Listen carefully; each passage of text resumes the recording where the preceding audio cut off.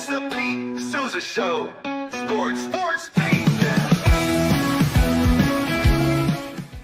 Nobody tells our stories better than our clients. The difference is stark. I was rear-ended at a stop. I thought I was fine, and then once I got home, I realized it's a lot worse than I thought. I ended up having a ruptured disc. You say you're not hurting, and then an hour later, you're saying you're in all this pain. I just felt like most people would think that I was lying. And that's when I decided to call Daniel Stark. I owe a lot to Daniel Stark. They really got me what I deserved. The difference is stark.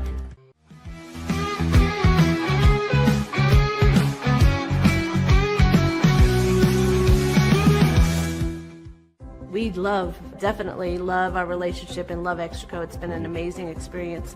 They made the PPP process easier. They were reaching out to me saying, what can I do to help you? That made a huge difference because my stress level when we shut down to afterwards was night and day. Our experience with Extraco has been phenomenal since the very beginning, so we love Extraco.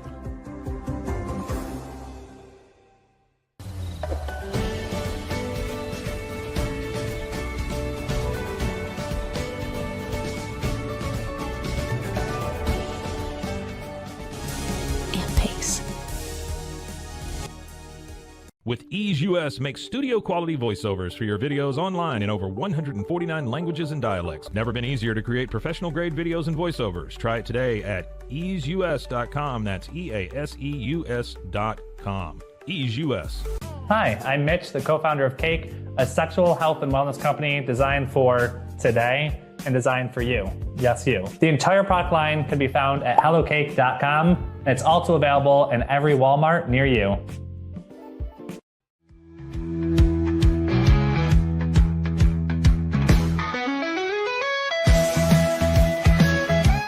Send money abroad in just a few steps with Remitly. Sign up with your email, enter an amount, choose how your loved ones receive the money, enter your recipient's information, select a payment method, hit send, and relax. Download the Remitly app today. Tervis is all about staying hydrated. Each product is built to last and comes in endless designs to match your personality. Stay refreshed and express yourself with Tervis. Visit tervis.com today and find your perfect tumbler. Looking for tickets to the hottest shows, games, and events? Ticket Liquidator is your one-stop shop for great prices, no hassles, and guaranteed tickets. Whether it's sports, theater, or concert, for the best seats at the biggest events, start with Ticket Liquidator today at ticketliquidator.com. Ticket Liquidator. The You Like Air 3, launched in 2023, ushers in a new era of sapphire ice cooling technology, offering nearly painless hair reduction in just 3 weeks. That's ULIKE.com. You Like.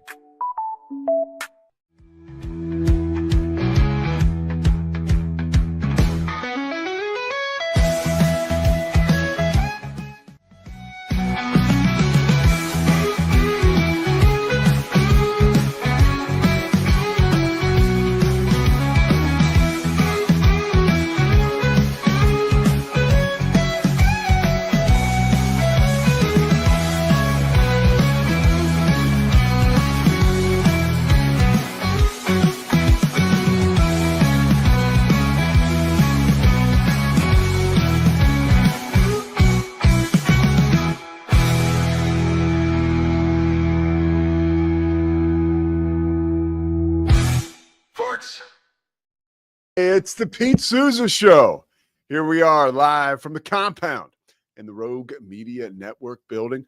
It's actually the Alco building, but I used to always love to call it. I was going to say, you got to be careful about saying compound in Waco. Oh, you got to be careful about saying compound in Waco. Man, I mean, I was talking to my buddy Steve Turnberger, ESPN director, just yesterday, and he had mentioned to me, he asked, what does Waco stand for? We ain't coming out. I was like, Steve, come on, man. Like, you got to come up with something better than that. That's just lame. But we are not lame. We're here on a Friday. We have a huge show for you. It was funny. I was listening to a guy who I love listening to, Brian Curtis. He has a media podcast. It's called The Press Box, and it's on. I love the Press Box Chronicles with Jeff Pearlman, and I love the press box on the Ringer, and it's Brian Curtis and I think Joel Anderson is on it too. Joel Anderson was a backup running back for LaDainian Tomlinson at TCU, and is now a great writer. And he has been a great writer for a while, but he's just kind of come on my radar with the Ringer and what he's doing over there. So it's Brian Curtis and Joel Anderson, and Curtis is pretty like dry humor, and he starts the show like most sports radio hosts say they have a huge show today. He's like, we actually have a huge show. And he was going through all the stuff in sports media. He was like Jimmy Kimmel, Molly Qerim, Tom Brady, like with the headset on in a booth. Like it was like, and it reminded me like, man, we are not short on stories nowadays. I mean, we're not. And if you remember the summertime, this is now the sports media, the sports news cycle has never been more powerful and never been more of a juggernaut. And it is 365 days a year. Of course, we slow down somewhat over the summer, but nothing like the respite we used to take. And as much as that's fine with me. Like I love it, especially now for somebody who hosts a daily show. There's content coming at you from all angles, and there's commentary, right?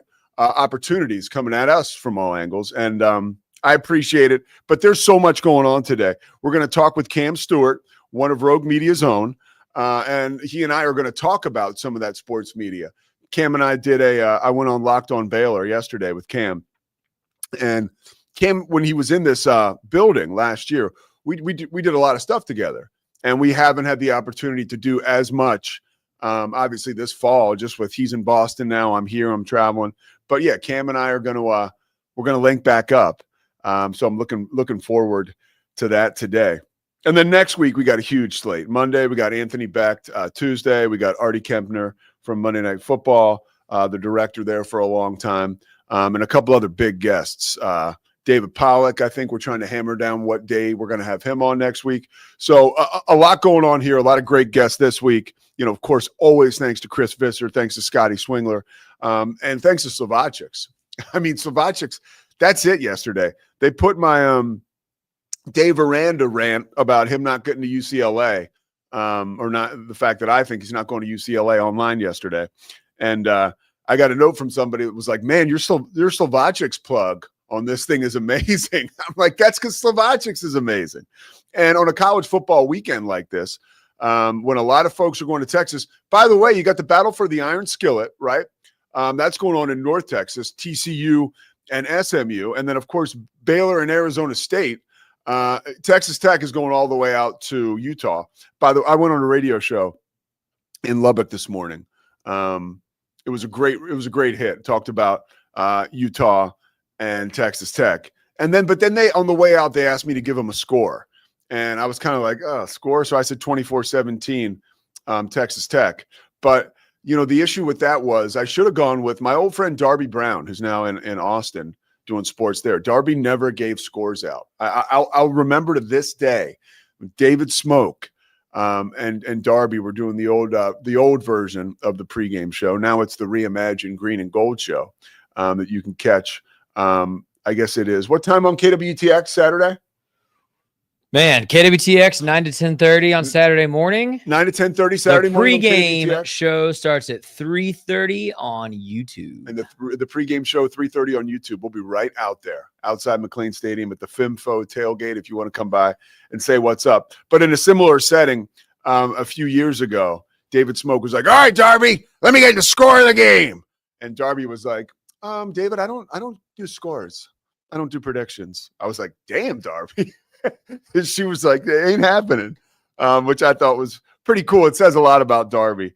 And, you know, no flies on Smoke for asking. I would ask too. But anyways, I got compromised this morning and I gave my prediction and I think it's going to be wrong. But they put me on the spot. I didn't want to leave them hanging. I didn't have the moxie that Darby has. Want to begin today. Also want to thank Daniel Stark Injury Lawyers, obviously. Crawford, Austin Properties, Socorro Family Ford, and First National Bank of Central Texas. We will be revealing Dan Ingham's Take It to the Bank pick here a little bit later on in the show. Dan couldn't make it this week, and that's fine. He'll be back next week, but we're definitely going to give his pick and hold him accountable. We're a big Feet to the Fire network. around here. So last night I watched the Amazon Prime Buffalo Bills Miami Dolphins game, and what a delightful game. Now it was it sucks to see Miami cratering, and I never want to see Mike. I love Mike McDaniel. I think he's a great personality. He's a little different. I think maybe he's become, like we all can. I certainly believe like he maybe got caught up in Mike McDaniel. I mean, if you remember the first year they go to the playoffs, they lose on the road in that wild card game in Buffalo. It was freezing cold. And then I think they lost in the other in another playoff game in the freezing cold to Kansas City like 2 years ago. They really haven't had much of a shot to excel in the playoffs just because of their cold weather climates that they've ended up playing in. Last night, it was a great opportunity for the Dolphins, 0-2, but you're on the road and you're playing Buffalo on September 17th or September 18th. Like, that's a great draw. And they were in the game all the way down to the end. And a couple observations from the game last night. One, Tua is, he makes more money than Patrick Mahomes. He makes more money than Josh Allen. He certainly doesn't deserve to be paid more money than those two guys. And I don't know, and I think it could be, and I never want to get into this because I'm not a doctor, but the way that he plays, if you think about the severity of some of those hits he's taken, I mean, just a couple years ago on a Thursday night game similar to last night's, all we could talk about was that fencing position we saw him in after getting concussed once again. And I'm not saying like he's not the same on the street. Like, clearly the guy seems to have great clarity and he's a very sharp guy, and everybody, whoever gets to engage him, absolutely loves him as a person.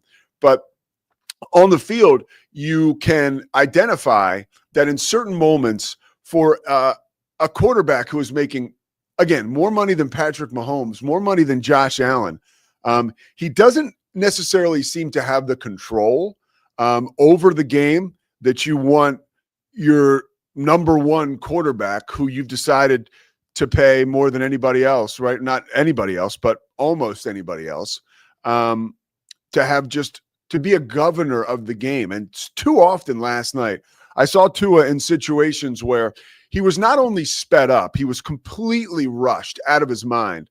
And it seemed, I can only imagine what it's like to play in the NFL. And it's like a car wreck every 2 minutes for those guys. And some of the hits that these skill position players sustain don't necessarily come on an every down basis, but when they come, they are bell ringers. And I imagine that Tua kind of still has some of that in the way back of his mind. And I'll tell you what, though, he put, I want to say this, when Miami is trying to come down the field, first of all, bad teams do stupid stuff. And it was such a shame. The game is tied. Miami gets a 3-and-out. I'm talking to you guys like you never watched a football game, and you probably watched this one. But Miami gets a 3-and-out. It was like the fourth time in a row they would have forced the Buffalo Bills to punt the ball at home. Like, this is now really feeling like, oh, man, this is a moment here for the Dolphins. They're about to get the ball back with an opportunity to win the game.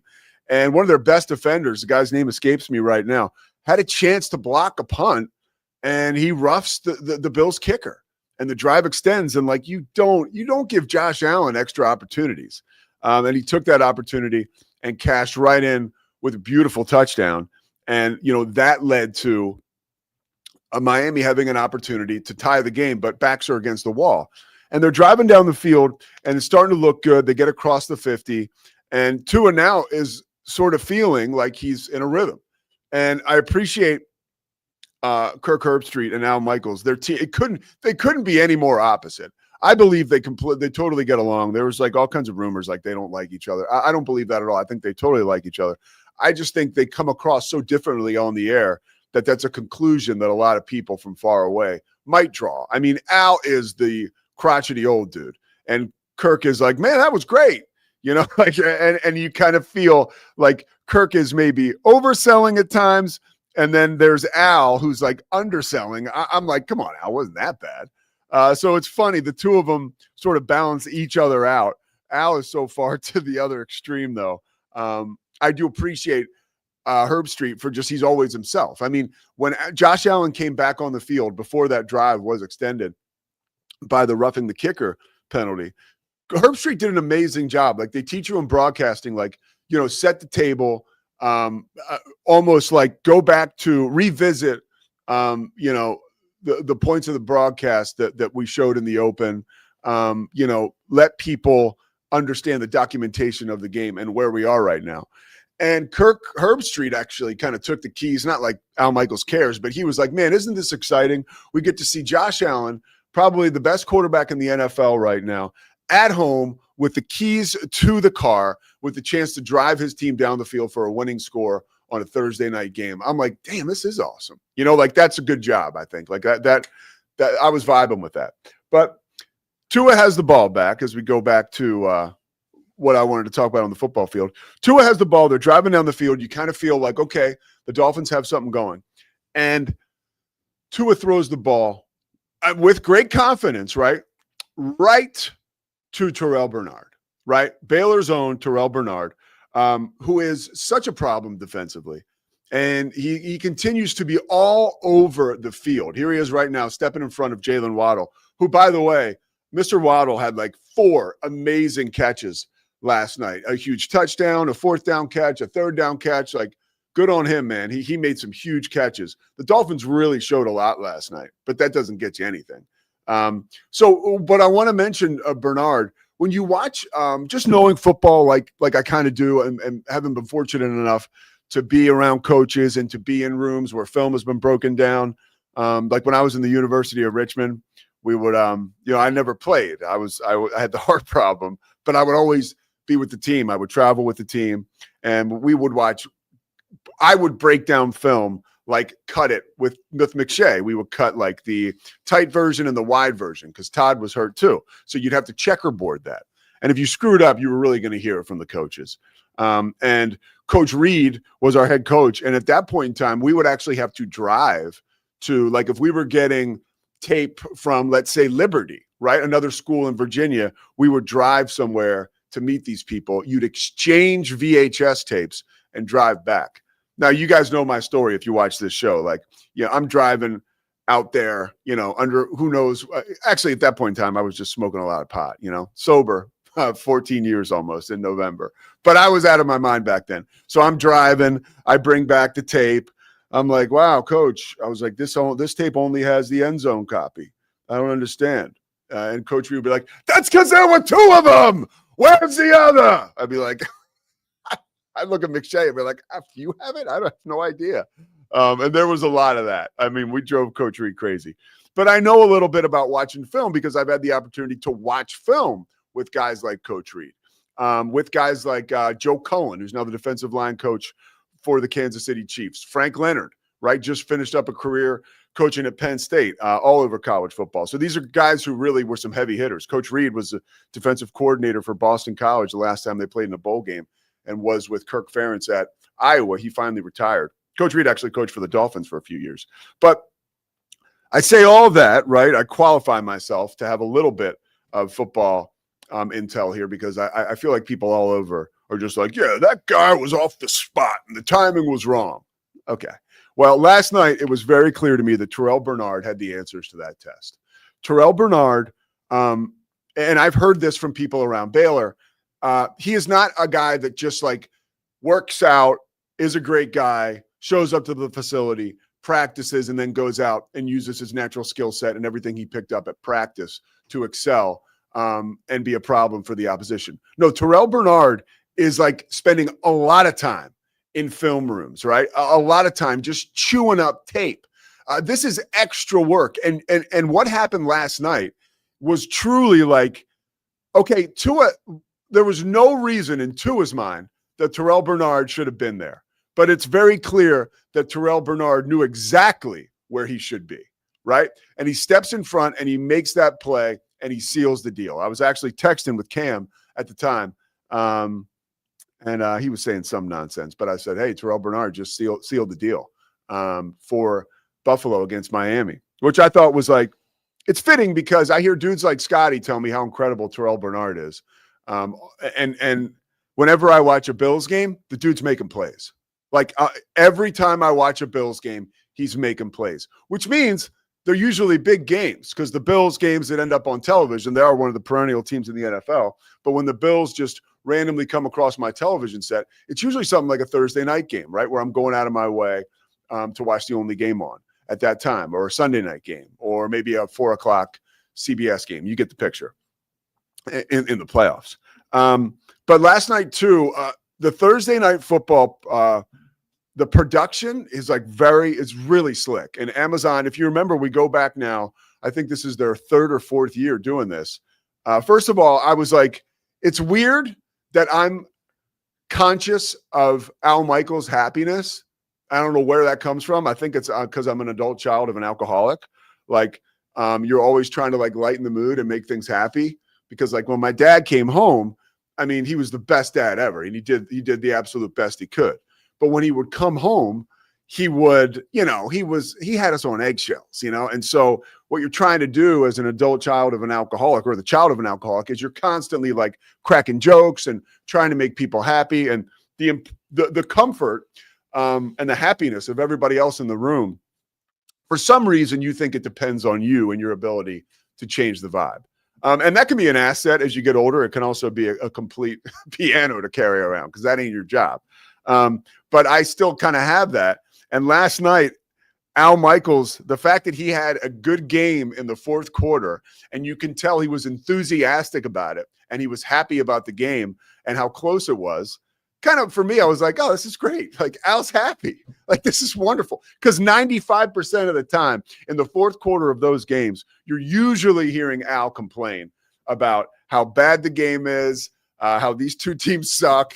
I mean, it really is. He does not have much of a filter on that. And why should he, right? He's Al Michaels. I'll still take a grouchy Al Michaels who's fading a little bit. You can hear, I mean, I was literally, and this is just being another broadcaster, I was turning the volume up last night. I was like, is Al kind of losing his timber, or is my volume down? And it was a combination of both. Even when I turned my volume all the way up, it was clear that Herb Street was coming through a little sharper and louder than Al. And when you think about the fact that this is, I mean, you're not going to get a better production opportunity for a play-by-play guy. So you got to believe Al is as in full throat as he could be, thanks to the audio folks at Amazon who are doing that game.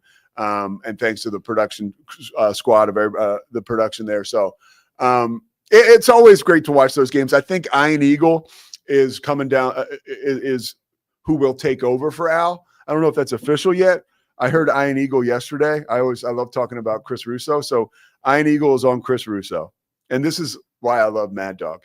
Mad Dog is talking to him, and these guys have known each other for a long time. And Mad Dog's like, all right, well, tell me this. He's like, November 24th, you got a Knicks game. Or no, you got a Nets game on a Thursday night. They're playing Golden State. You're contracted to do the Nets for the Nets for the Yes Network, but you got Baltimore at Cleveland on Amazon on Thursday night. Where are you going to be? And Ian Eagle was like, well, Chris, I can promise you're the only person on planet Earth who has any concerns about that. I think I'll figure it out. And the two of them laughed. But yeah, I'm looking forward to Al just riding off in the sunset. And I'm there for every game he's calling. So it was fun to watch last night. A little more on the fallout from that game. I mentioned at the top, I really like Mike McDaniel, and I really want to see him succeed. But man, it's now looking as though he probably won't last the season. At 0-3, with a team that is pretty talented, the Dolphins are. I think it was Peter Schrager saying before the season how excited he was about the Dolphins because of all their talent. But they have not come through for their head coach. And damn, last night they sure as hell tried to. And last week they were close, right? The Indianapolis game, they just got completely blitzed and they had no chance. But they're fighting for this coach, which is a reason why he may survive a little bit longer. But if you look at the odds, right, on FanDuel, he is like minus 500 to be the first coach fired this season in the NFL, which puts it, I mean, that's like, if you don't know like how odds work, that's like 45% to say he'll be gone. Brian Daboll is the next in line. He's plus 300. That's about 25%. And then Kevin Stefanski is after him. The college guys are the same. I don't even like talking about this, but I did mention last week that or yesterday that these guys make $10 million a year, some of them. So we can talk about it. College is still Mike Gundy is the number one guy that could get the axe first, then Billy Napier, then Tony Elliott. So you never want to see anybody lose their job, and that's why I was pulling for Mike McDaniel last night. That and I just like the guy from afar, but not looking great for him right now at 0-3. But his team did play their asses off last night. All right, we're going to take a break. We're going to come back with the great Cam Stewart. He's the host of the Cam Show here at the Rogue Media Network. He lives in Boston now. He actually has like a really nice brand new set. He doesn't know. Is he in the waiting room, Scotty? No. Okay, he doesn't know this yet, but I'm going to get on his ass about something that's going to make Cam better in his career. And he doesn't know it yet, but we're going to bring that up. We're going to take a quick break, watch some ads that don't quite make some sense yet, but we're working on them. And we'll be back. The Pete Sousa Show is presented by Slovacics. If we show you, you're about to see an advertisement, right? And it's going to be a car dealership, and it's going to be beautiful, okay? There's going to be a beautiful montage of pictures. That is going to be Socorro Family Ford, okay? And then they're going to show you some music and a beautiful place where they have amazing kolaches and food, and it's just going to look like home. That is Slovacics. Slovacics first, I think, then Socorro Family Ford second. Keep that in mind as you chew up these commercials, and we come back here shortly. Don't go anywhere. I saw somebody complaining. There was a comment yesterday about the length of the commercials. We're working on it, all right? Hang in there with us. Pete Sousa Show, back after this.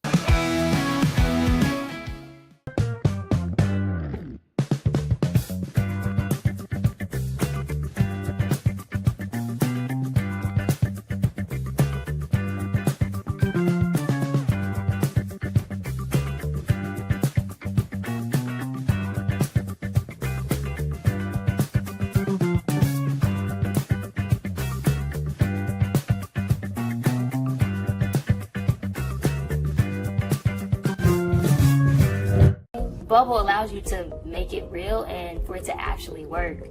So I feel like Bubble does bridges that gap and being able to give people the opportunity to make their ideas come to life really quickly too. I love that I can sit down and build something the way that I think it should be built and have the control over it. Bubble turns ideas into fully scalable apps. Try Bubble today.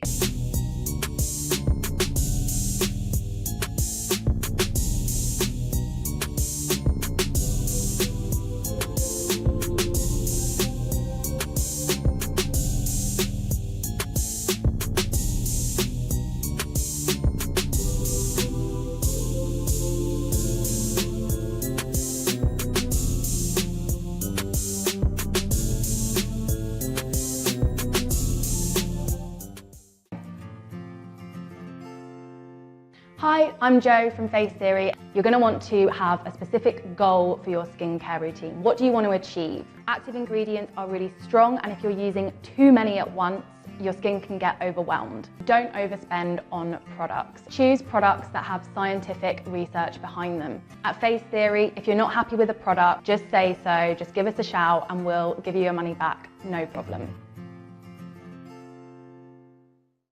I know you're gonna love this Kodak Dot Plus printer. You guys just connect it to your smartphone and then you're gonna use the Kodak Photo Print app. It's going to print you a 4x6 photo. I am just in awe. I love how these turned out. Also, the printer comes with a free cartridge of 10 photo sheets. I can assure you, you are going to love this printer as much as my family has. You guys have to check it out for yourself. Streamline event and appointment booking with Amelia's sleek, modern, and fully customizable booking forms. Tailor the colors, fonts, and design to match your brand and seamlessly integrate with your WordPress website. Whether it's for events or appointments, Amelia makes booking simple, stylish, and perfectly aligned with your business. Enhance your booking experience today at WPAmelia.com. That's WPAMELIA.com. Amelia. When you learn a language with Babbel, you start a journey that takes you further and further. Anytime and anywhere you wish. It's easy and fun. Broadens your horizons and keeps your brain fit. A journey into new thoughts, new cultures, new adventures. So what are you waiting for? Start your journey with Babbel now. Go to babbel.com or download the app. BadCreditLoans.com is a pioneering service provider that has carved a reputation in the financial industry for its dedication to helping individuals with bad credit secure loans. By making timely repayments, borrowers can gradually repair their credit history, thereby increasing their chances of securing better loan terms in the future. BadCreditLoans.com serves as a beacon of hope for those with bad credit. Simple, fast, and reliable loan application process. And its commitment to responsible borrowing makes it a trusted partner in the journey towards financial stability.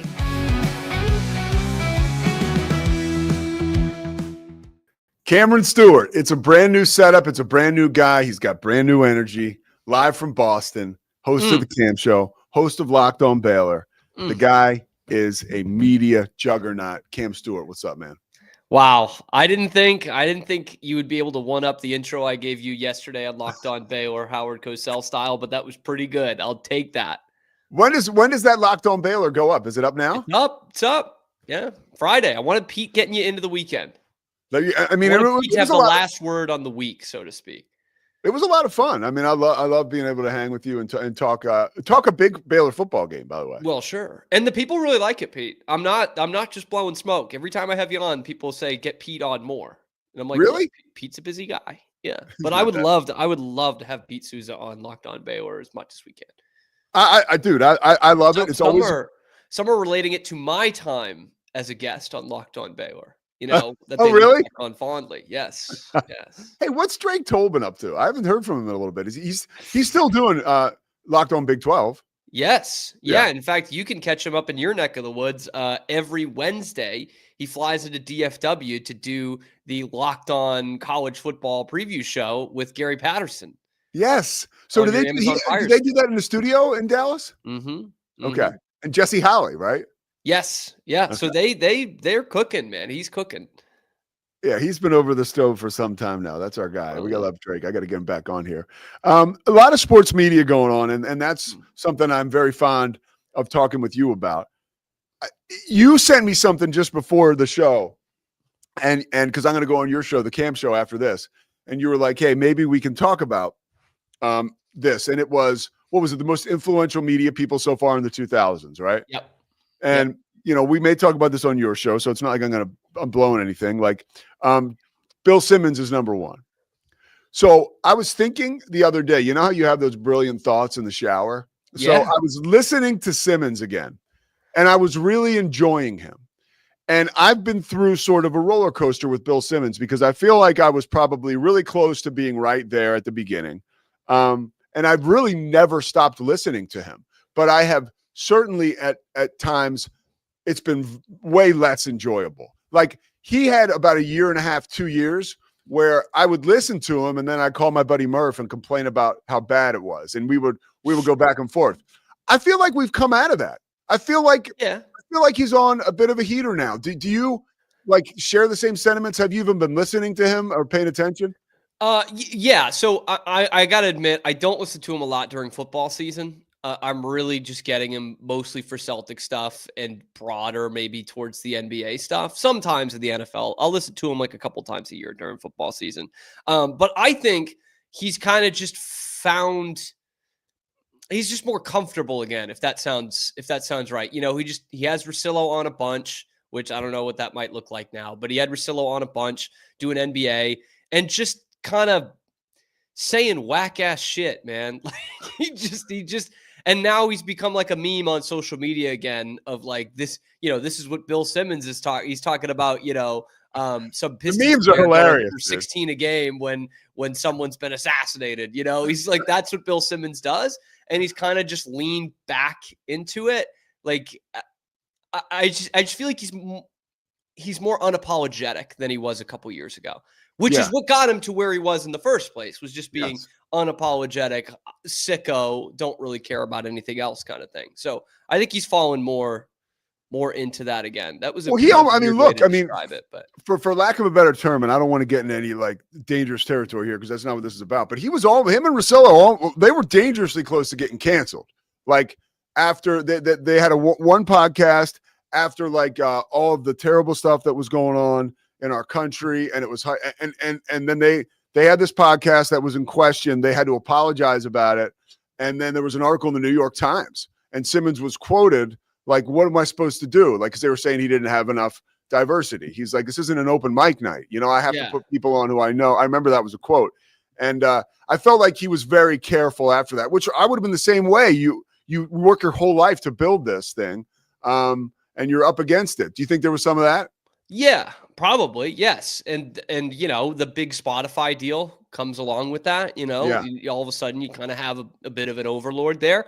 But I think that's disingenuous to what Bill Simmons is. And I think you'd agree with that. Like if you read some of Simmons' stuff that he wrote for ESPN 25 years ago, like one in every four things he wrote could have got him canceled now. But it was 25 years ago, man. Like that's what I hate about media these days is we're like, well, look at what they said 15, 20 years ago. It's like, well, yeah, the world was a little different 15, 20 years ago. And I think Simmons just kind of leans back into that of like, not trying to push the needle or, thread the needle or push the envelope or try to be almost uncancelable.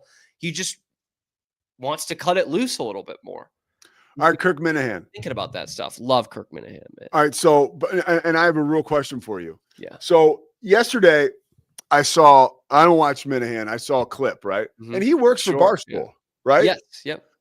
So this clip is basically, and he's talking about Portnoy's opinion of what happened to Jimmy Kimmel.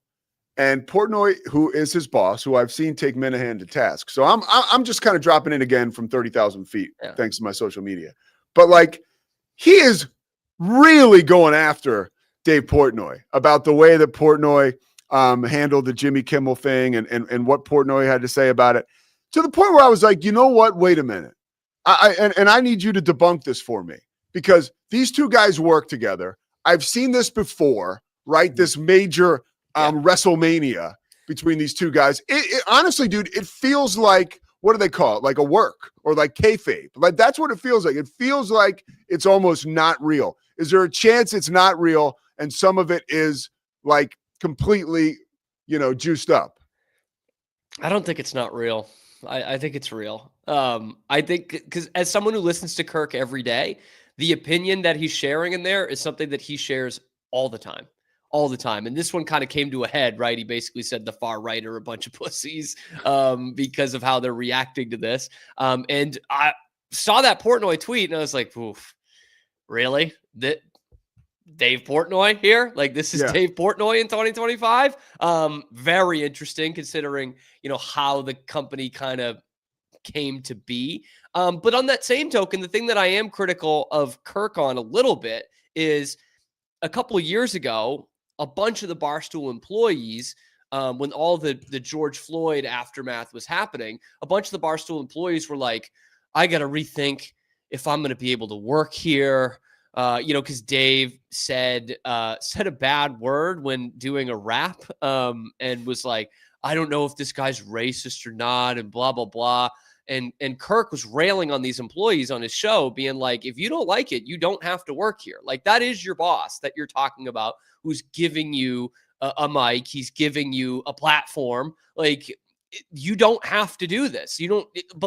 Don't be that person who's like, oh, I don't know if I can continue to work here on social media if that's how you're going to be. I think Kirk's counter argument to that would be he had a pretty big platform before he got to Barstool Sports. But I agree with Kirk, man. It's a weird look from Dave Portnoy, considering what Barstool was built on, to come out with that take of consequence culture, not cancel culture.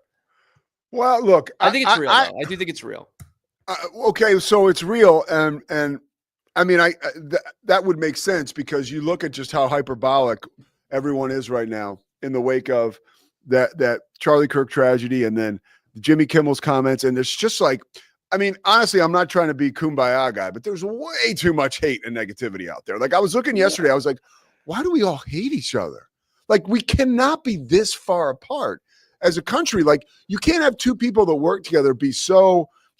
I go back to, and this is because I'm stupid and I love sports. I always thought there was a gray area in everything. And the great Phil Simms said once, I remember hearing him be like, everybody talks about stuff like it's black and white.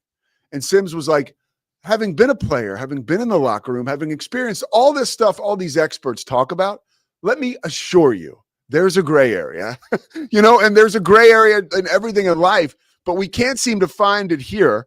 Like, have you been like caught up in any of this stuff online? Like just kind of like the negativity or like, what do you do with that? Well, dude, I had to, I know it's going to sound like so brave. I had to delete the Twitter app for a couple of days last week. Good for you. Which for us is tough to do. Like, Yeah. especially for Locked On Baylor, that's where I'm getting a ton of news, right? Like if I could just get rid of social media, I would, but I really kind of can't with the work Yeah. that I do. And that's okay. Like I'm fine with that. I'm not going to complain about that every day, but I had to for like 2 days last week. I was like, I just can't. I can't do this right now. Because in the world of social media, and unfortunately too much in the world of sports media these days, there is no gray area. It's you're either this or that, and there's no in between. And we have to judge people entirely by one take that they have or one thing that they don't agree with us on, and then we blow that up. And it's like, golly, it's exhausting, man. It's exhausting. And there's a tragedy every week where somebody's just blaming the other side and not trying to get to the crux of the issue, even though they think they are, And so it's the only word I could think of is exhausting. Yeah. Last thing on this.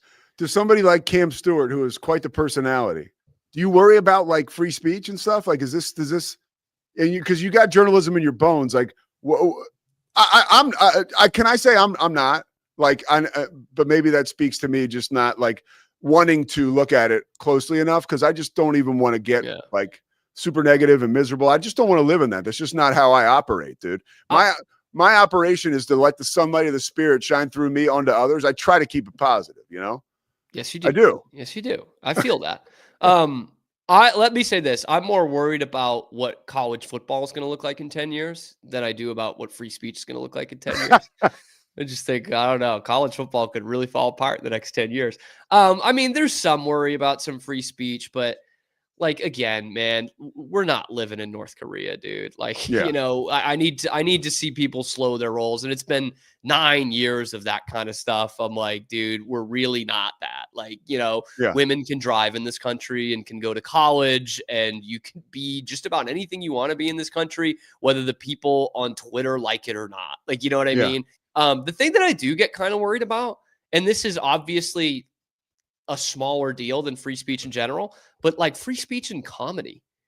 I'm a guy who loves comedy, man. Yes, I've thought about that myself. Like, comedy is the ultimate, it's like the ultimate free market, right? You either like it or you don't. It's completely like, if you're gonna do something, if you're gonna do a comedy routine that some people might think is like insensitive or racist or misogynistic, guess what? Then you're not going to have a big audience. You know what I mean? Like, it's the ultimate kind of, it's like sports. It's the ultimate results based. If you don't get a laugh or if you don't get a win, you don't get a job. And I do see something like the Jimmy Kimmel thing, and I'm like, well, is it something that I would say up there? Probably not. Is it something that I'm even laughing at? Probably not. But if he has an audience and he's doing comedy, like, we shouldn't be gatekeeping comedy. You know what I mean? Again, it's not me. I don't watch Jimmy Kimmel anyway. I'm not going to watch what's on that show now, or if he had stayed on, I wasn't going to watch him now because of, that joke. But it's like, you should be allowed to make jokes. It's a bit of a different time. Honestly, dude, and it reminds me of, and this is the last thing we'll say on this, because I know it's going to be painful for some people to listen to or watch, but and hopefully we'll still have the show after this. But I do, like, it reminds me of what happened to Roseanne Barr, like in 2018. I totally remember that, where they were bringing back the Roseanne. The show was a big deal, and she couldn't get out of her own way. She was constantly saying inflammatory stuff, and she put out a stupid tweet, which was anti-Semitic.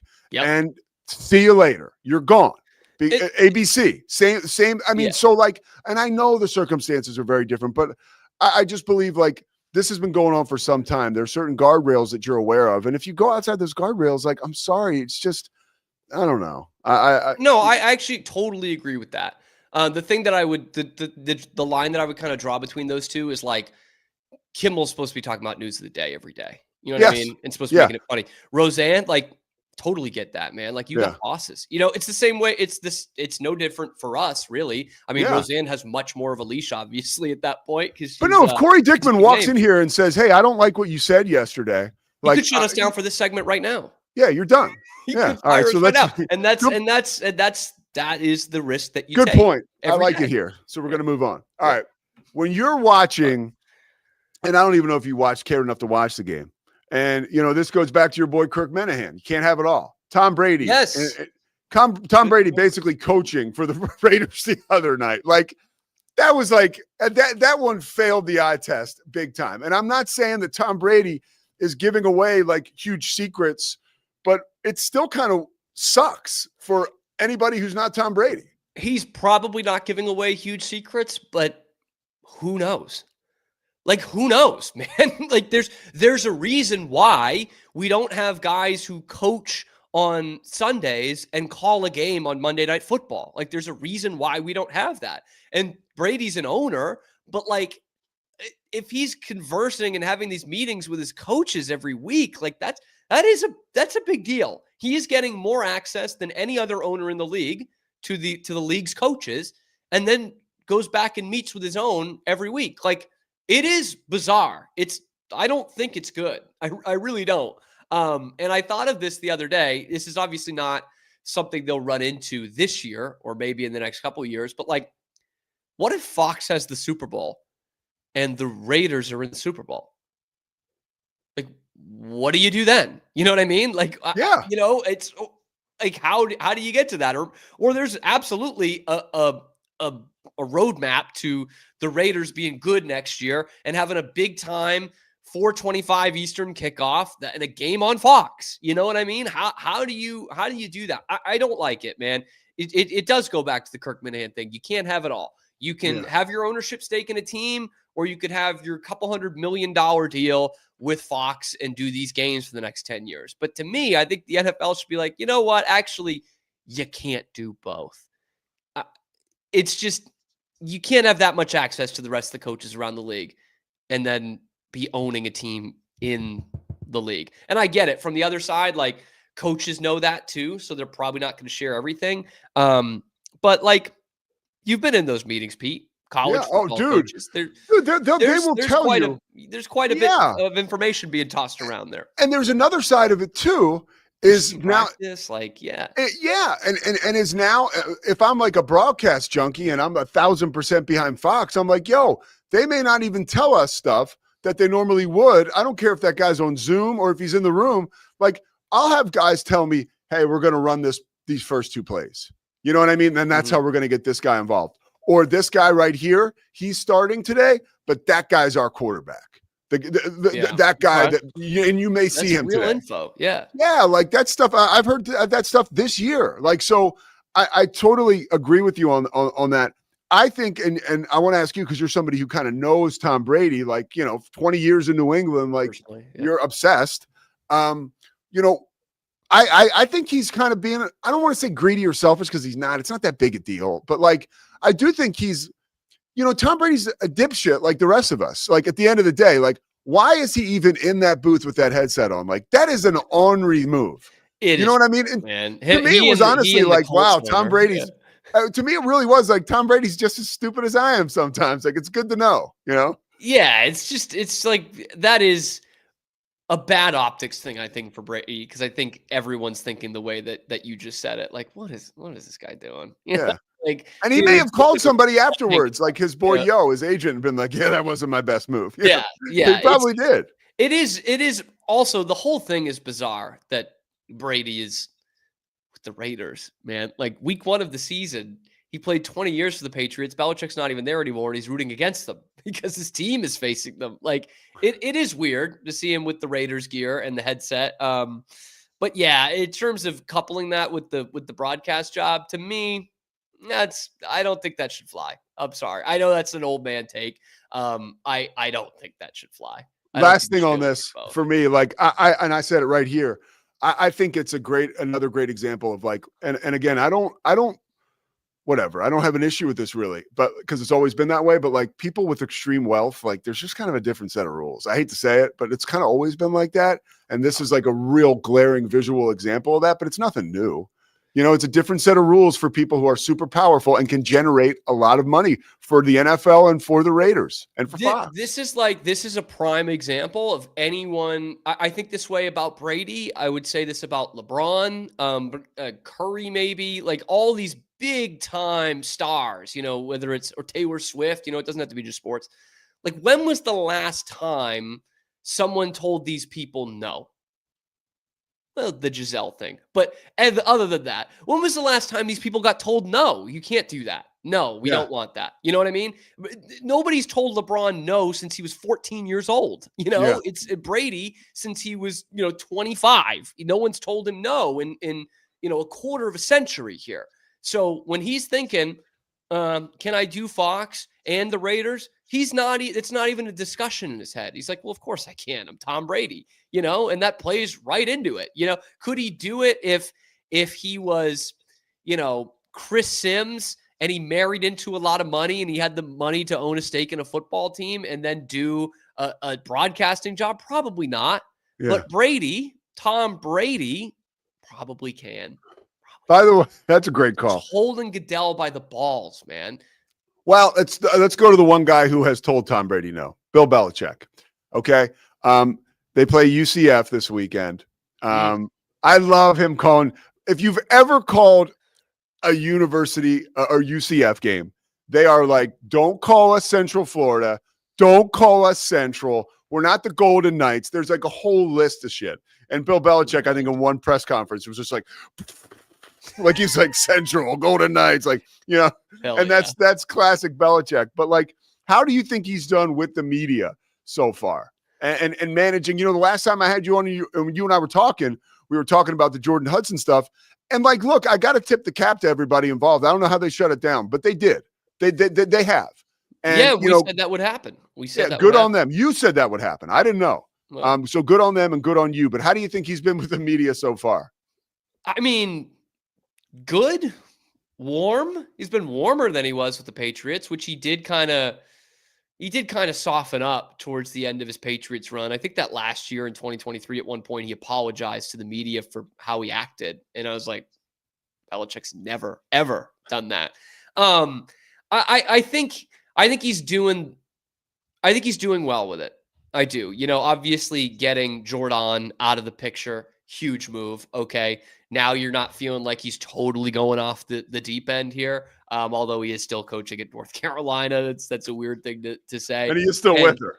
Yes, correct. And he will still have like the balloon shit will still be there, which is so bizarre looking. That was so stupid, dude. But like, I think he's doing the most he can with it. Like there's no Bill Belichick media figure in college football. Right? Like there's not, nobody is as prickly as him. Even Saban, who shares pretty much the same personality, did not treat the media like dirt the way that Belichick did. Right? It just doesn't happen in college. Dabo can be combative. I think maybe the closest in terms of access is probably Dave Aranda to what Belichick was in the pros. Like he doesn't, not that he's a jerk, but he doesn't talk to the media at all. And so I think he's handling it pretty well. He's just somewhere in the middle of the road here. He's not a complete curmudgeon, but I don't think he's going to pull a Kenny Dillingham casino joke or anything like that. I don't think he's going to be as cuddly as Kyle Whittingham can be sometimes. I don't think he's going to be doing interviews with the other team's flagship station the way Kalani Sitake did for the Matt Mosley show a couple of times. But he's somewhere in the middle there. He's going to deal with student reporters. He's going to deal with more podcasters who get credentialed than they do in the NFL. Who I know. Belichick, I think, is doing well with it so far. But, we got to see, man. If they're, in November, if they're 2-7, is Belichick as warm as he is? Is he cracking a few jokes in there? I don't know. What about last night? What about last night's game? Did you watch it all? I watched a little bit. I watched a little bit because, as I told you this morning, I had some money on it, which I don't usually do. I know you were The 2-3 NFL. last night, which is I had a big dangerous. parlay hit, man. Yeah, And you like big Tulsa parlay. tonight.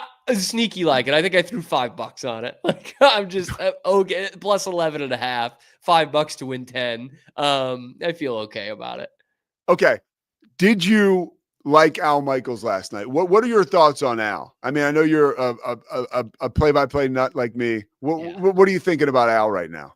He's just, it's not like, how do I say this? It's not embarrassing yet. I'll say that. No. But you feel like he might be a year away from like falling off the cliff. I mean, the guy's what, in his 80s now? Like, yeah, he's old. Still, even like 5 years ago, he was the best in the business, I would say. When he was still doing Sunday Night Football, like he was still the best.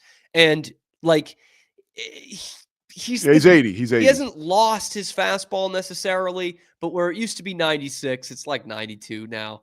Yeah. He's really getting more work out of locating that changeup than he is with blowing you by with the fastball. He's fine. He's fine. I still don't think he's as interested as he was when he was on Sunday night. I think he's perfect for that Thursday night game. Like, I would rather have the historic figure that is Al Michaels calling that game than like a young, hot play-by-play guy who's awesome like Joe Davis. Like, I would rather have Al just because he's Al. And Joe Davis is amazing. Yeah. If we're comparing it to what we've heard on Thursday Night Football for a long time, like, yeah, Al's a better. It's definitely going to keep me more engaged for a couple more minutes than it would with Joe Davis, or like when who's that blowhard whose kid played at BC? Tessitore. He's not a blowhard, dude. He's good. He must be a guest on the show or something. No, Tessitore's good. I'm not going to sit here and rip everybody like you. When he did Monday Night Football, it was agonizing to listen to. Replacing McDonough, who's one of the absolute best in the biz. Okay. Al Michaels is fine these days. Fine. All right, McDonough's still the best in the biz. I don't mean to like be scatterbrained, but I only have you for so long. I got one more big topic that I don't think I've talked to you about yet, or maybe I have. The Big 12. Okay. The Big 12, baby. Now on Saturday, America's conference. What'd you say? America's conference. You lead me to my next point. On Saturday, the Big 12 has the big noon kickoff, right? Then they got a 3:30 Big 12 game, and then they got the Baylor game, right? I mean, so Fox, right? Yeah. Main Fox, big boy Fox. Like, you got to really give big time props to Brett Yormark and that conference and their vision to figure this out, dude. The Big 12 is, I don't care if we get it. It's not the SEC and the Big 10, but you can't run from this conference. It's right in front of you every single Saturday. Yeah. Like, that is huge. What do you think this reimagined footprint has done for the conference? Legitimately, because I'm a total homer and you're a little bit more of a skeptic than I am. Well, I would say what it's done more than pretty much any other conference is that he has set himself up with these media deals to basically. I'm sorry, by the way, I got to jump in. I didn't mention TNT and all that stuff. Those games on TNT and HBO Max. Come on, go ahead. He basically set himself up with these media deals to go back to the ADs of his conference and say, if you guys can put good teams out there, the rest is taken care of. You know what I mean? Because I don't think this year is too much different from what the Big 12's been the last couple of years, right? Like, they've got a big game this weekend in two top 20 teams, Utah and Tech, and that's going to be the big noon kickoff. A couple of years ago, we still had those matchups in late September. They just weren't getting this kind of attention. So he's put himself in a position where it's like, you guys just play the football. We've got the rest. And you're going to get a little bit more of a benefit of the doubt than you have the last couple of years because a lot of eyeballs are going to be on you. Like, Yormark knows this game, man. Yeah. He knows college football is just as much about optics as it is about resume. Maybe even more so when it comes to the college football playoff. And that's where he set them up. The SEC is the SEC. The Big Ten is the Big Ten.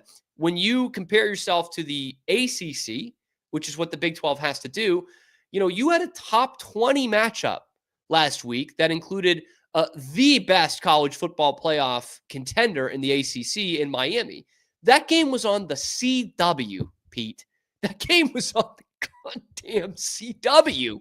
And here there's a top 20 matchup in the conference this week, and it's the big noon kickoff. And Barstool's going to be there with all the Fox people, and it's going to be one of the most watched telecasts of the day because big noon always is. And then, like you mentioned, they cornered the market on Fox all Saturday long. You can watch good, high-quality Big 12 football. And that they have a media rights deal that has set them up in a spot better than the other conferences have. The SEC is always going to get the respect. The top teams in the Big Ten are always going to get the respect, but they don't have a media deal that sets them up to where they are in front of millions more eyeballs than they have been before and can give them a legitimate, better benefit of the doubt than what you can get in the Big 12, man. It's awesome. Wow, Cam. It's awesome. I love it. I love it. And you got to take care of business. If Baylor loses, then whatever. They're not gonna get ranked. They're not gonna be respected or anything. But Brett Yormark's done his job in that sense. I got one more for you, and this is more of I'm just giving you a task. Okay. I can't believe you haven't called Chris Visser yet. Okay, let me explain. I know. I meant to ask you about that. Let me explain this. I don't know how to approach Let me explain this to you. Okay, the guy is Boston in his DNA. That's who he is. All these guys that you've listened to your whole life, that you've read your whole life, Chris Visser, he's got him on speed dial, and he wants to help you. I'm going to send you his number one last time after this show, and after that, I'm out of it. Okay? Okay, that's fair. That's fair. And I should have asked you earlier. I just don't know. I'm so bad at approaching these kind of things. He is the absolute gentleman and a delight. Okay. I'm not even saying I have to do this, but what I actually really struggle at is kissing ass. You don't have to kiss his ass. Again, I'm not even saying I have to do that with Chris Visser, but whenever I go into having a connection somewhere, I never know how to do it. I love a guy with the chip on his shoulder, or begging for a job. So I love a guy with the chip on his shoulder, which is why I love you. And I'm going to see you in a half hour on your show. What time? Yeah, half past the hour. All right. That's Cam Stewart. Yeah. There he goes. Cam Stewart. Watch him on the Cam show. Watch him with Locked On Baylor. Yeah, I had to do that with Chris Visser. I'm like, what's the disconnect here? Does he not respect my guidance here? Cam's my guy. All right, the Pete Sousa show. We're going to come back. We got Dan Ingham's football pick, which is huge, and it's a winner. So we're going to give you that. And then I'm going to talk to you about the Cowboys. And why I expect them not just to win this weekend, but to absolutely dominate against the Chicago Bears. That's the late window on Fox on Sunday. We'll break it down, and then we'll bounce. The Pete Sousa Show presented by Slovacics.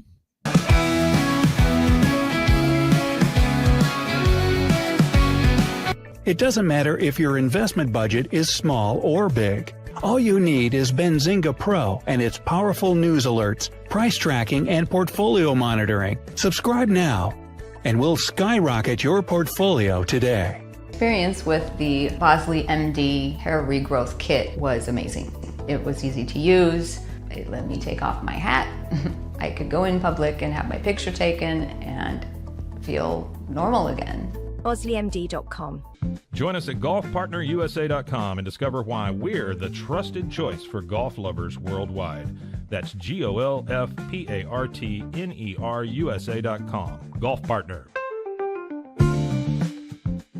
Experience the future of secure private cloud storage with Internix. Protect your files with end-to-end encryption, ensuring your data stays private and accessible only to you. That's INTERNXT.com today.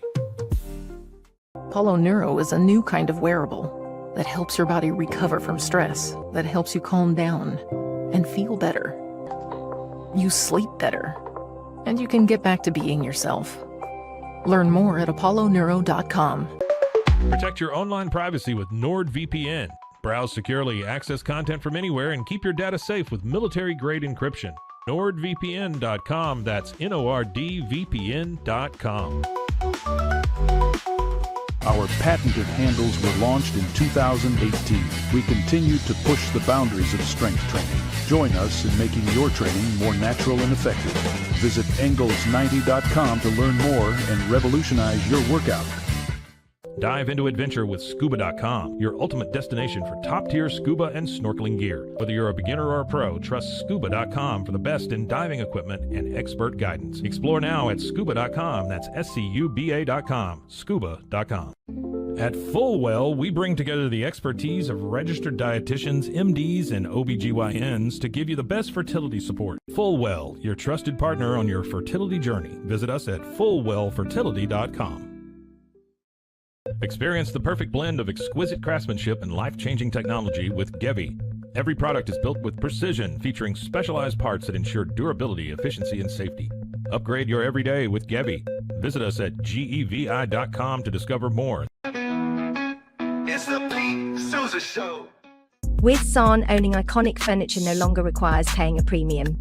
With over 15,000 satisfied customers worldwide, we've proven that high-quality furniture doesn't have to come with a high price tag. Explore our collection today at san.com. At Covers & All, we've revolutionized protective solutions with cutting-edge, customizable covers, tarps, and curtains. We deliver premier protection at affordable prices and express shipping. Visit coversandall.com today for the perfect fit, guaranteed to last. Relax with Hemp Delicious. Organically grown hemp, massively blended with delicious organic herbs, responsibly sourced for their holistic benefits. Each sip offers calming, antioxidant-rich wellness. Brewed just for you. Sip the calm with Hemp Delicious. At Open Goal USA, we're revolutionizing training for both soccer and lacrosse with our innovative portable rebounders. Perfect for players of all ages and skill levels. Visit OpenGOAAALUSA.com and elevate your training today.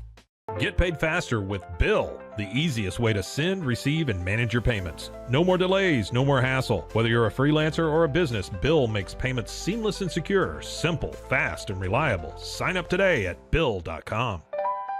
Stability.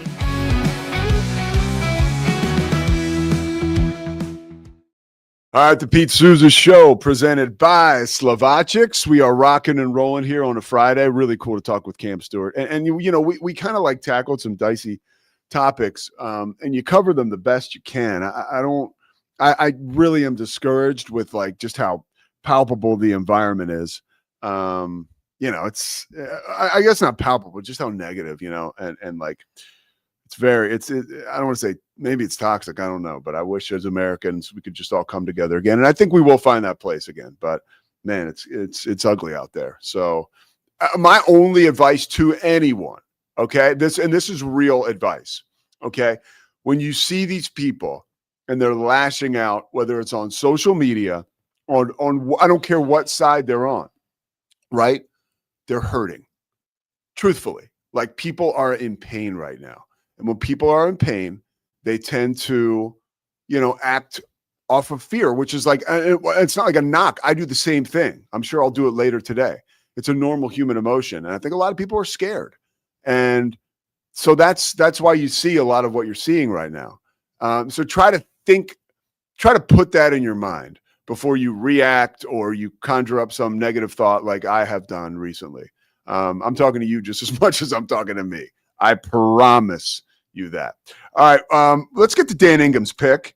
Dan wants no part of that, so we'll start this segment by saying First National Bank of Central Texas, baby. We absolutely love you guys, and we are so happy. By the way, it's like a bank a year, dude, and now it's like a bank every 6 months. Like they're taking over.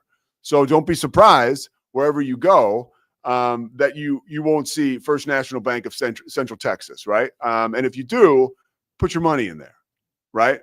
It's a safe spot to put your money. It's probably going to grow for you. Dan will have some goodies for you if you show up there and open up a new account. And one of my favorite things about First National Bank of Central Texas and an outlet like that, there he is. Speaking of the money man, Scotty Swingler is going to join us for this quick segment, but they're all like, it's a down-home operation. They've got the smarts to take care of your money and to help it grow. And they also will make you feel comfortable and make you feel like family. Speaking of family, here he is, Scotty Swingler. Scotty, I know that you have done a tremendous job working up Dan's pick for this week. And it's funny because I don't even know what his pick is. He reached out to you, not me. Let me tell you about it. First of all, he's 0-2. Dan missed last week. He said Oregon State would cover against Texas Tech. They did not. They did not. The line was 23.5. Texas Tech won by 31. So our boy Dan needs a little turnaround here. And by the way, Dan sent me this pick. I had already made this pick in my personal life because I think it's a good one. Pete Sousa, the over-under for the big game here in Waco tomorrow, 60.5. Notably, Baylor's defense cannot stop a nosebleed. Notably, 2 of the best 5 quarterbacks in America are playing in this football game. Dan says, and this guy agrees with him, take the over tomorrow, Baylor, Arizona State. And listen, I totally agree with him. 60.5, that means if we get into the 30s on both sides, that's an over, right? I don't think there's any question both of these teams have clipped 30 points in this ball game. Unless it is just, and it's college football, anything can happen. I would genuinely be shocked if this game doesn't go to 70, 80 points between the two teams. I like that pick a lot, and I like the sense behind that pick. I also like two things. Once again, just on Baylor and why they're going to score a lot of points. I don't know if you noticed, McShay is now talking about Josh Cameron. Yes. All right. And I did notice. And once again, he went back and poured a little more on his Sawyer Robertson love. And Danny Cannell, did you see this? Yes. Said that Sawyer Robertson is the best quarterback in the country. I saw him say that. Now, I'm not saying those dudes have crystal balls, but they know football and they watch football. They don't compliment. They're not like me. Yeah. I'm a compliment Baylor players because I'm a Baylor fan. These guys do a job to be objective and say what they see on tape. Yeah. And both those guys, I think, know what they're doing. But it's the combination, Pete, of I think Arizona State's going to go over 30. Baylor, not to just keep driving the point home, but Baylor's defense is awful. Auburn and SMU had no problem getting past 30 against Baylor. Don't know why Arizona State would. They got the best receiver in the conference, maybe. With What Jordan about, Tyson. dude, this is a quick update. I want to get your take on this. What about Phoenix Jackson, dude? Oh, yeah. Phoenix Jackson's out for the season. No, that's a guy who I know you liked a ton. I Coming did. over. Well, has he been ineffective this year? Has he played at all? He has played. Okay. I have seen him show some flashes, especially against Auburn. I saw some flashes from Phoenix Jackson. I was like, okay, there's a guy that can tackle, which Baylor doesn't have a lot of right now. But I think it's unfortunate. Dave Aranda said after the spring, I believe it was the end of spring, Phoenix Jackson is the best player on this defense when he's healthy. Yeah. And that was a huge statement. Like, we got Keaton Thomas. That's a first team All Big 12 guy. Yeah. You know?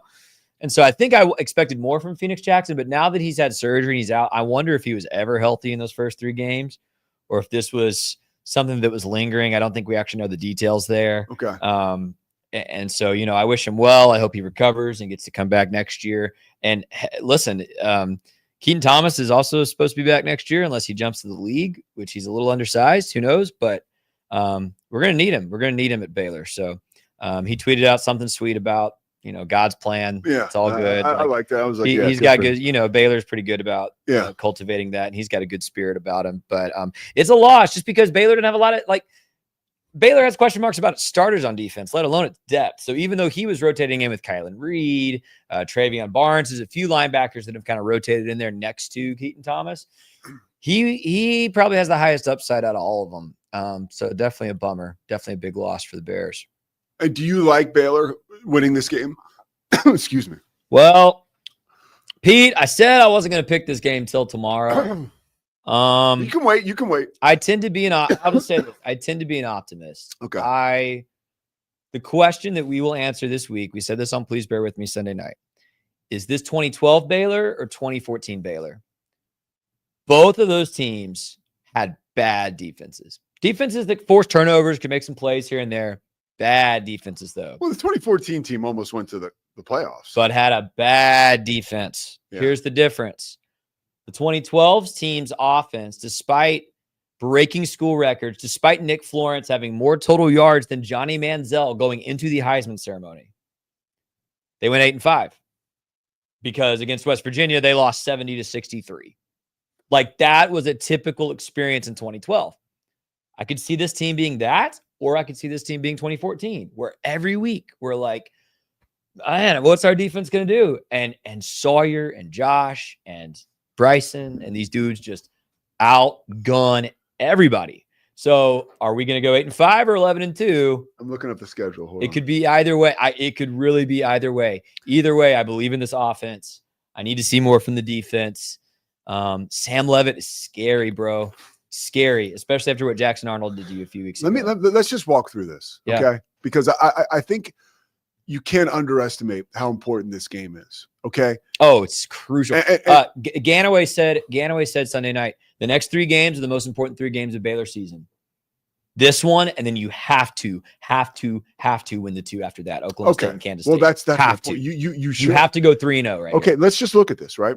Baylor's favored against Arizona State. Yeah. They will be favored against Oklahoma State. Yeah, they will big be time. favored against Kansas State at home. Yes. They may be a slight underdog on the road at TCU. Okay. Depends on how TCU does for the next 3 weeks as well. But yeah, I can see that. They'll be favored against Cincinnati. Yeah. They'll be favored at home against UCF. Yes. And then you have 16th ranked Utah coming in here. Huge game. That's I'm at home. really, by the way, I am so curious. That's off a bye. That's off a bye. My opinion of Utah is going to be shaped so strongly by tomorrow's game at Texas Tech. Yeah. And then Arizona and then Houston, like, dude. By the way, Arizona and Houston both undefeated. Yeah.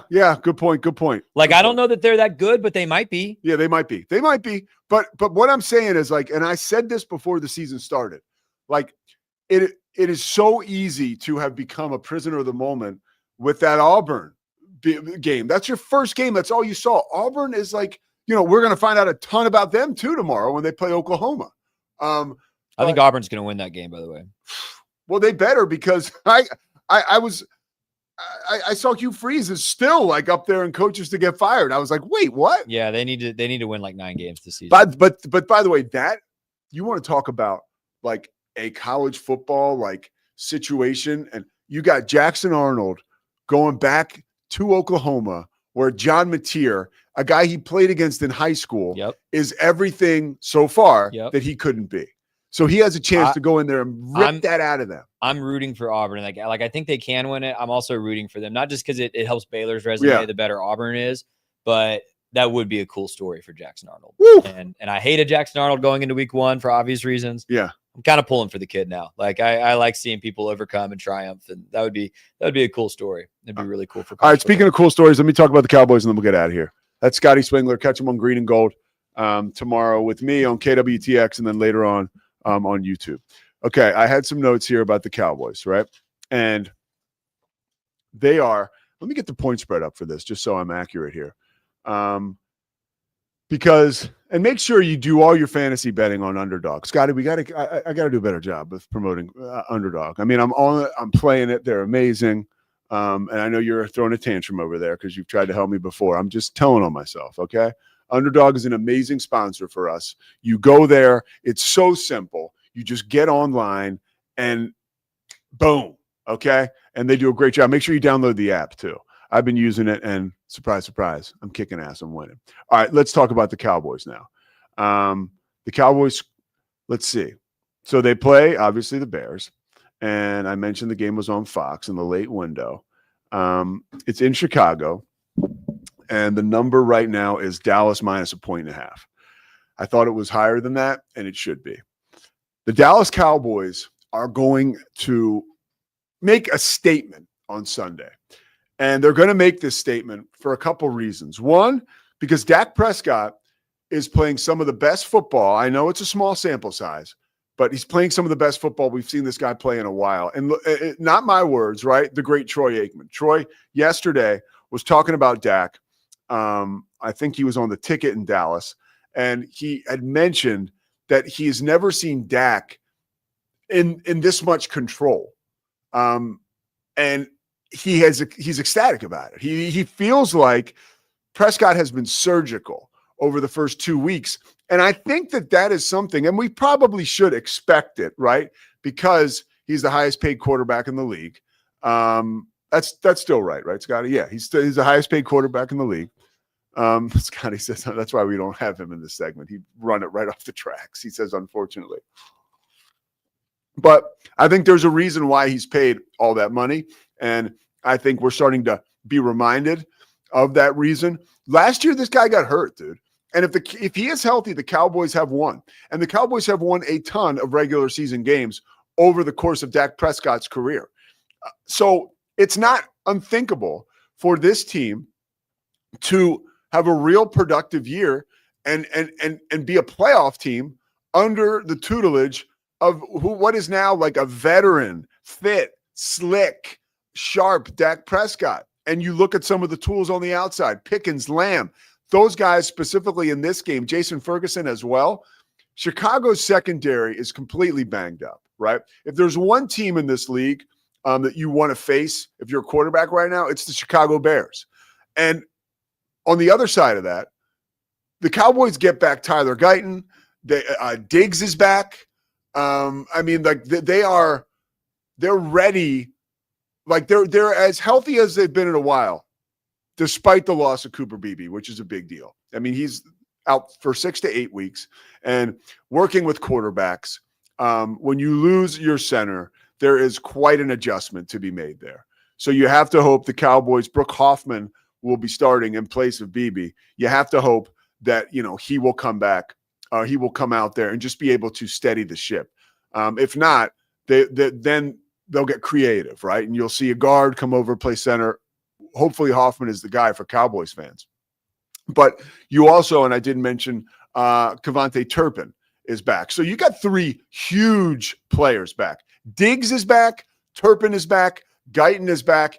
And Todd Archer mentioned it to us earlier this week on Monday, but I think it is a huge feather in the Cowboys' cap and defensively for Matt Eberflus, by the way, heading back to Chicago in his first game back there. So you can bet that he's going to have his A game as he rolls into Soldier Field. But I think that once you get Overshown back late in the season, maybe earlier in November now, you keep hearing he's looking pretty good. Now, hopefully he comes back at 100%, but like, if I'm a Cowboys fan, I'm starting to get excited about this team. I mean, I got my Eagles helmet here, right? But I have to stay objective. I like what the Cowboys are doing. I like where they're going. And I think Sunday is a huge opportunity for the Cowboys to go in there, to take care of business, and to announce pretty much to the rest of the league, like, yo, we're for real. Yeah, we know we don't have Michael Parsons. We get it, right? But this is a team to be reckoned with in the NFC East. So I'm looking forward to watching that game, looking forward to watching all the football. Again, I'll be with Scotty tomorrow morning on KWTX for the Baylor pregame show. And then, of course, we'll be on the Green and Gold show tomorrow afternoon, starting at 3:30 on YouTube, Scotty. And I was actually getting set to start jogging on the Cameron Park Trail yesterday, and I saw Faith Lynch. So she's a teammate, right? I just gave her a pound. She put her hand outside the window. She's a Green and Gold teammate. Boom, let's go, right? We're ready to rock and roll for Green and Gold. Scotty is really working overtime, right? He is. And Liz is now in the studio, which is always good for Scotty. It kind of lightens his mood a little bit, changes his perspective.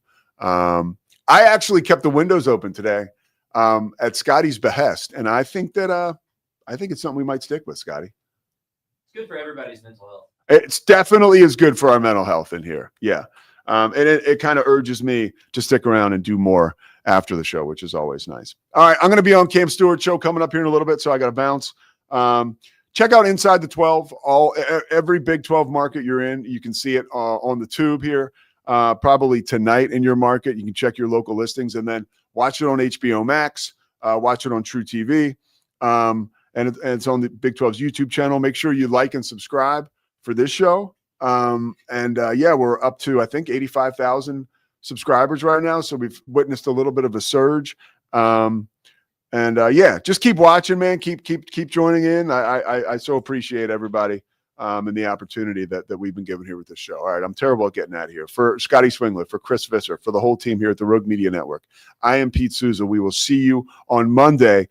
We'll be talking with Anthony Becht. Anthony is hopefully going to be talking about Rocco having another big weekend. Zach, come on in, buddy. We got Zach Burke in here too. Hulk Hogan, man. Zach, is that a mustache? Oh, no, it's a full-on beard. Wow. All right, it's time for me to go. See you. It's the Pete Sousa Show. Sports. We definitely love our relationship and love Extraco. It's been an amazing experience. They made the PPP process easier. They were reaching out to me saying, what can I do to help you? That made a huge difference because my stress level, when we shut down, to afterwards was night and day. Our experience with Extraco has been phenomenal since the very beginning, so we love Extraco. Sousa Show. Sports. Nobody tells our stories better than our clients. The difference is stark. I was rear-ended at 70 miles an hour. I was injured, had a concussion. The insurance company, they delayed. They were playing games from the initial conversation. They weren't going to help me. The biggest thing I learned through this is that you can't go through this alone. I called Daniel Stark. They were going to help me and everything was going to be all right. Daniel Stark got me 10 times the insurance company offered. The difference is Stark. Sousa Show. Sports. Our professionals are not only experts in managing urgent concerns, but also in providing top-notch preventative health care. We're proud to connect pet owners to a vast network of licensed veterinary professionals, ready to address any immediate concerns. Book your first appointment today. Nalgene Outdoor has been your trusted companion, fueling adventures and helping protect the planet. We're committed to reducing waste, improving access to clean water, and providing simple, safe, and sustainable products for you and your family. NALGENE.com.